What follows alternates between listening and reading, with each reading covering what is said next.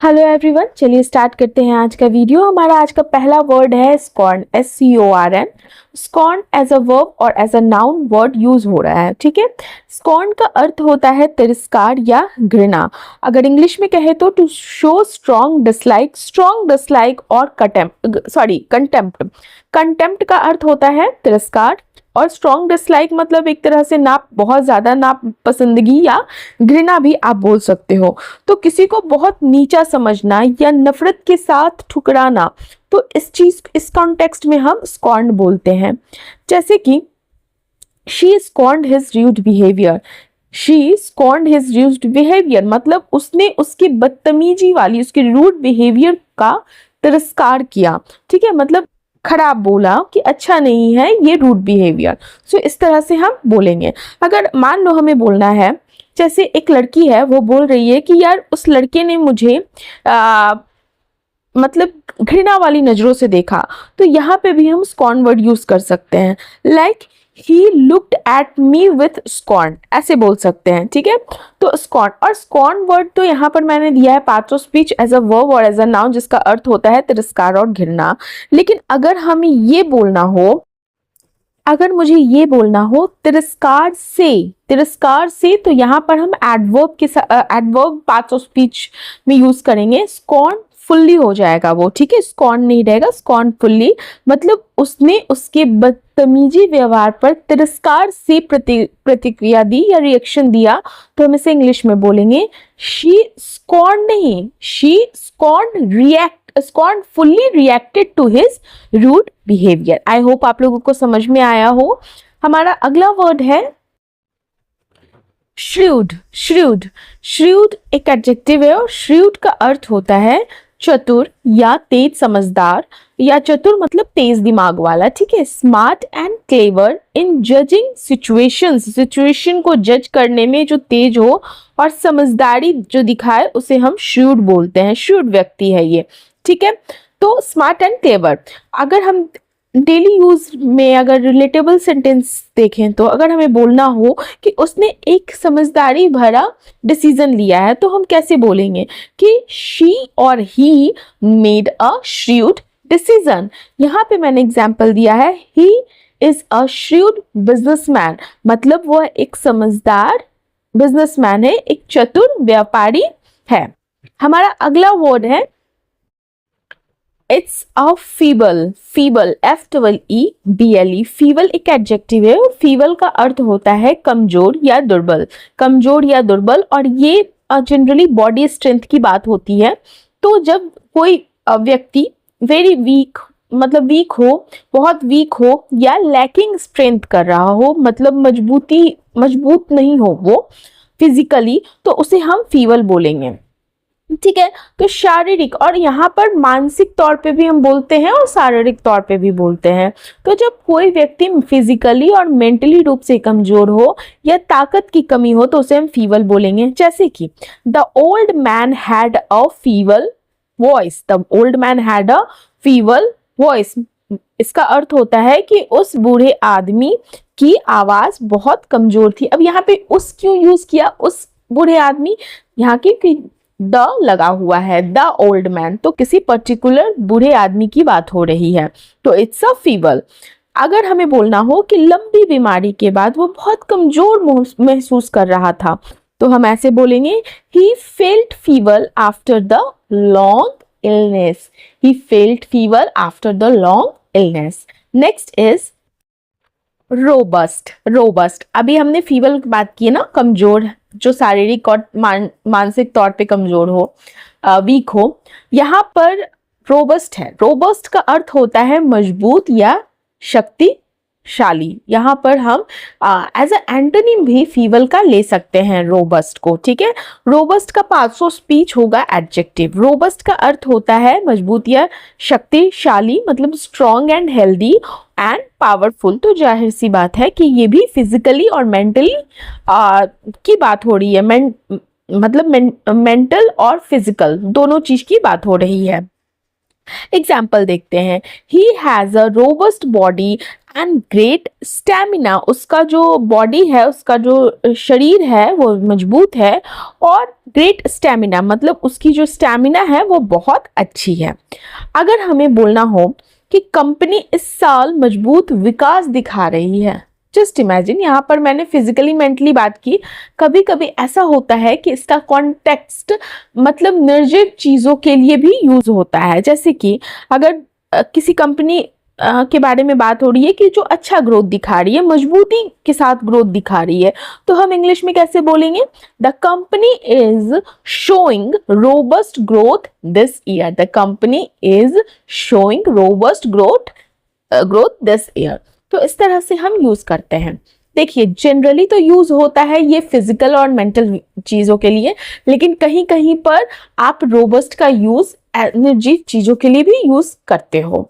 Next is डिस्वेड।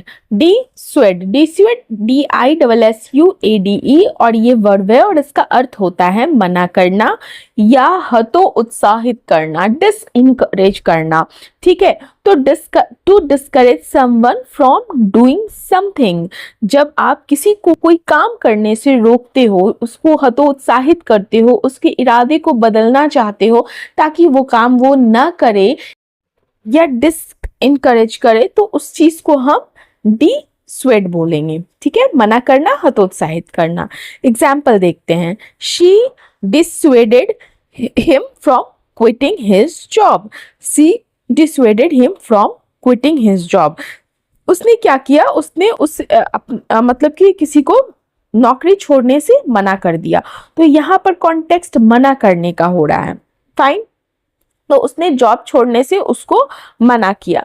अगर normally में बोलना हो, मैंने अपने दोस्त को गलत फैसला लेने से रोकने की कोशिश की या करने की कोशिश की, करने की कोशिश की कि ये फैसला मत लो, तो हम इसे इंग्लिश में कैसे यूज करेंगे?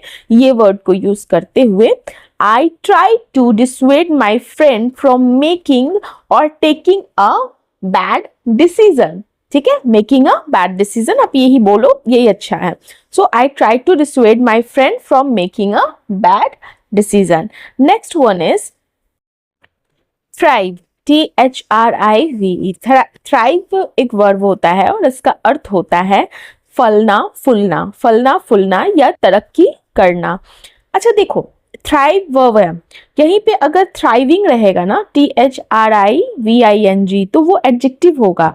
तो जैसे कि थ्राइव का अर्थ होता है फलना फूलना, तरक्की करना, उसी तरह से थ्राइविंग का अर्थ होता है, अगर वो एडजेक्टिव है तो तेजी से बढ़ता हुआ, तेजी से बढ़ता हुआ।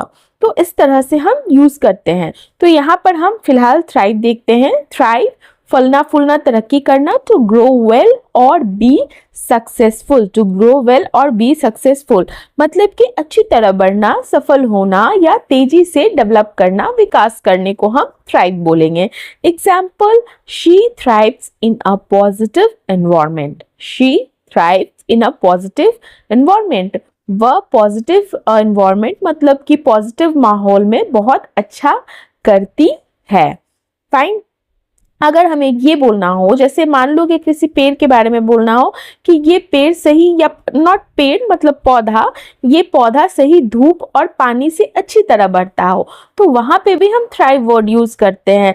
दिस प्लांट या plant thrive with proper sunlight and water, हम इस तरह से भी यूज कर सकते हैं। आपको कॉन्टेक्स्ट, मैं एग्जाम्पल इसलिए दे रही हूँ ताकि आपको कॉन्टेक्स्ट समझ में आए। Next word is persuade. PERSUADE।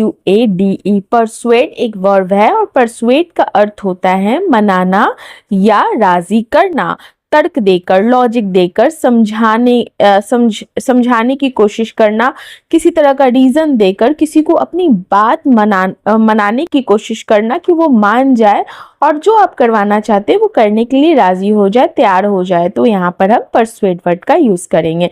To convince someone using reasons और आर्ग्यूमेंट्स और लॉजिक, तो हम वहां पर परसुएड वर्ड यूज करेंगे। एग्जाम्पल देखते हैं। She persuaded him to study harder. She persuaded him to study harder. उसने उसे मेहनत से पढ़ने के लिए मना लिया, मतलब राजी कर लिया, ठीक है। अगर हमें हिंदी में बोलना हो, जैसे अगर हमें अपने मम्मी पापा को किसी तरह का परमिशन लेना हो, किसी तरह से मान लो ट्रैवल करने का परमिशन लेना हो, तो हम मनाना चाहते हैं तो हम कन्विंस भी यूज कर सकते हैं। लेकिन अगर हमें परसुएड वर्ड यूज करना हो तो हम कैसे करेंगे? I persuaded my parents to allow me to travel. मैंने अपने माँ बाप को मना लिया कि मैं ट्रैवल कर सकूं। यहाँ पर कन्विंस भी यूज कर सकता है, I am convinced my parents to allow me to travel. So depend करता है। देखिए, कन्विंस जो है नॉर्मल हो गया, परसुएड जो वर्ड हुआ, ये convince is a basic word and persuade जो हो थोड़ा सा एडवांस लेवल का वर्ड हो जाता है। यही डिफरेंस होता है। चलिए, हमारा अगला वर्ड है, और बात ऐसी है कि अगर आप एग्जाम दे रहे हैं किसी तरह का जिसमें वोकैबुलरी पूछा जाता है, इंग्लिश पूछा जाता है, तो वो आपको कन्विंस मीनिंग में देगा, आपको ऑप्शन में देगा, आपको परसुएड जो है वो देगा आपको क्वेश्चन में। तो जब आप बोलना चाह रहे हैं, खुद से आप स्पोकन कर रहे हैं, तब तो आप कन्विंस बोल सकते हैं। लेकिन आप कहीं पढ़ रहे हैं, कहीं समझ रहे हैं, तो या कि कॉम्प्रिहेंशन, रीडिंग कॉम्प्रिहेंशन वगैरह में अगर परसुएड और मीनिंग आपको नहीं पता है उसका, तो वहां पे आप अटक जाइएगा, फंस जाइएगा। चलिए, next word is, it's a coax. Coax, ठीक है, COAX, कॉक्स। कॉक्स वर्ब है और इसका अर्थ होता है मनाना या प्यार से समझाना। मनाना या प्यार से समझाना, to gently persuade someone. Last word था परसुएड, कन्विंस करना, ठीक है। यहाँ पर जेंटली कन्विंस करना। अभी मनाना तो किसी तरीके से भी हो सकता है ना, गुस्सा होकर, धमकी देकर, प्यार करके, किसी भी तरीके से कन्विंस कर सकते हैं, कोई बात बोलकर। लेकिन यहाँ पर जब आप बात करते हो जेंटल परसुएड, मतलब कि प्यार से, आराम से समझाने की, कि सामने वाला खुशी खुशी मान जाए, तो वहां पे आप कॉक्स वर्ड का यूज करोगे, COAX, coax, to gently persuade someone. और इसका उल्टा क्या हो जाएगा? जबरदस्ती करना। तो इसका एंटोनिम क्या हो जाएगा? फोर्स करना, फोर्सफुली, ठीक है। She coaxed the child into eating vegetables. She coaxed the child into eating vegetables. मतलब उसने बच्चे को प्यार से सब्जियां खाने के लिए मना लिया। कैसे मनाया? प्यार से। So that's why we are using coaxed. Next is perish. Perish, PERISH। आपने सुना होगा पेरिशेबल फ्रूट्स, है ना। पेरिशेबल फ्रूट्स है, पेरिशेबल डिशेज है, पेरिशेबल वेजिटेबल्स होती हैं। मतलब क्या होता है पेरिशेबल का? पेरिश से ही बना है पेरिशेबल, और पेरिशेबल का पेरिश का अर्थ होता है नष्ट होना या मर जाना या जल्दी खराब हो जाना, ठीक है। तो टू डाई और बी डिस्ट्रॉयड कंप्लीटली, बहुत बुरी स्थिति में खत्म हो जाना, मर जाना या पूरी तरह नष्ट हो जाने को हम पेरिशेबल बोलते हैं। अब देखिए, टू डाई और बी डिस्ट्रॉयड कंप्लीटली हो गया। एग्जाम्पल देखते हैं। Many animals perish during extreme winters. कई जानवर, बहुत सारे जानवर ऐसे होते हैं जो बहुत ज्यादा, जब विंटर होती है, विंटर का सीजन होता है, तो उसमें मर जाते हैं। अगर हमें ये बोलना हो, जैसे मैंने अभी आपको एग्जाम्पल बताया कि पेरिशेबल जो वर्ड होता है वो एडजेक्टिव, उसका पार्ट्स ऑफ स्पीच एडजेक्टिव होता है, और वो भी इसी वर्ड का डिराइव फॉर्म है। पेरिशेबल मतलब जल्दी खराब होने वाला, ठीक है। तो अब कैसे यूज करोगे उस चीज को? आप इस तरह से यूज करोगे कि दिस वेजिटेबल इज पेरिशेबल, ठीक है। मतलब ये जो वेजिटेबल है वो जल्दी खराब होने वाला है। तो हम पेरिश का मतलब समझ गए, नष्ट होना या मर जाना या जल्दी खराब होने वाला, ये सेंस आता है। Next is, it is an idiom, butterflies in the stomach. Butterflies in the stomach का अर्थ होता है घबराहट या हल्की बेचैनी। जैसे आप एग्जाम हॉल में जाते हो ना, तो आपको हल्की बेचैनी होती है, हल्की घबराहट होती है कि एग्जाम कैसे क्वेश्चन पेपर आएंगे, तो वो क्या होता है कि बटरफ्लाइज इन द स्टमक, उस तरह से हम इडियम के थ्रू बोलते हैं। तो अ फीलिंग ऑफ नर्वसनेस और एक्साइटमेंट बिफोर समथिंग इम्पॉर्टेंट, जब कुछ अच्छा करने जाते हो या कुछ इंपॉर्टेंट करने जाते हो, जब किसी काम, जैसे इंटरव्यू हो गया, किसी तरह का एग्जाम हो गया, जब आप स्टेज पे जा रहे हो या बहुत लोगों के सामने कुछ बोलने के लिए जा रहे हो, तो आप क्या करोगे? आप थोड़ा सा, आपको घबराहट होगा, तो उस चीज को आप बोलते हो butterflies in the stomach. Example देखते हैं, I had butterflies in the stomach before my speech. मेरे स्पीच से पहले मुझे घबराहट हो रही थी। Fine. So next word is effeminate, effeminate, EFFEMINATE, effeminate adjective है और effeminate का अर्थ होता है स्त्री सदृश या नाजुक स्वभाव। अब ये क्या होता है स्त्री सदृश? इसका अर्थ होता है कि नाजुक स्वभाव, ये मतलब कि थोड़ा सा ना जो फीमेल वाली क्वालिटी होती है, ऐसा लड़का या ऐसा पुरुष, ऐसा लड़के का बिहेवियर, या ऐसे कोई भी लड़का हो सकता है, बॉय हो सकता है, कोई भी मेल, जो बोल चाल में या हाव भाव में स्त्रियों जैसा, फीमेल जैसा लगे, सामान्य जो मर्दाना गुण होती है ना उसमें कम दिखे, तो उस चीज को हम बोलते हैं effeminate। ये एडजेक्टिव है, ध्यान रखिएगा। हैविंग क्वालिटीज और बिहेवियर, हैविंग क्वालिटीज और behaviour traditionally associated with women, तो उसे आप effeminate बोलोगे। एग्जाम्पल देखते हैं, he spoke in an effeminate tone, मतलब वह जो है थोड़ा लड़की जैसा टोन में, अंदाज में बोल रहा था, इस तरह से यूज करेंगे। या हम ऐसा भी बोल सकते हैं जैसे people should not judge someone for being effeminate, लोगों को किसी वैसे लोगों को मेनली जज नहीं करना चाहिए जिनकी टोन में लड़कीपना या लड़की जैसा आवाज हो या इस तरह से।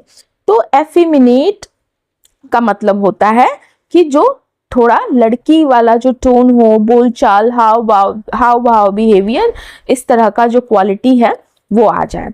सो ये हमारा आज का लास्ट वर्ड था। Thank you for watching. अगर अभी तक आपने मेरे चैनल को सब्सक्राइब नहीं किया है तो सब्सक्राइब कीजिए, लाइक कीजिए, शेयर कीजिए, कमेंट कीजिए। सॉरी, आज थोड़ा ज़्यादा मैंने फंबल किया है, माफ़ कीजिए। बाय।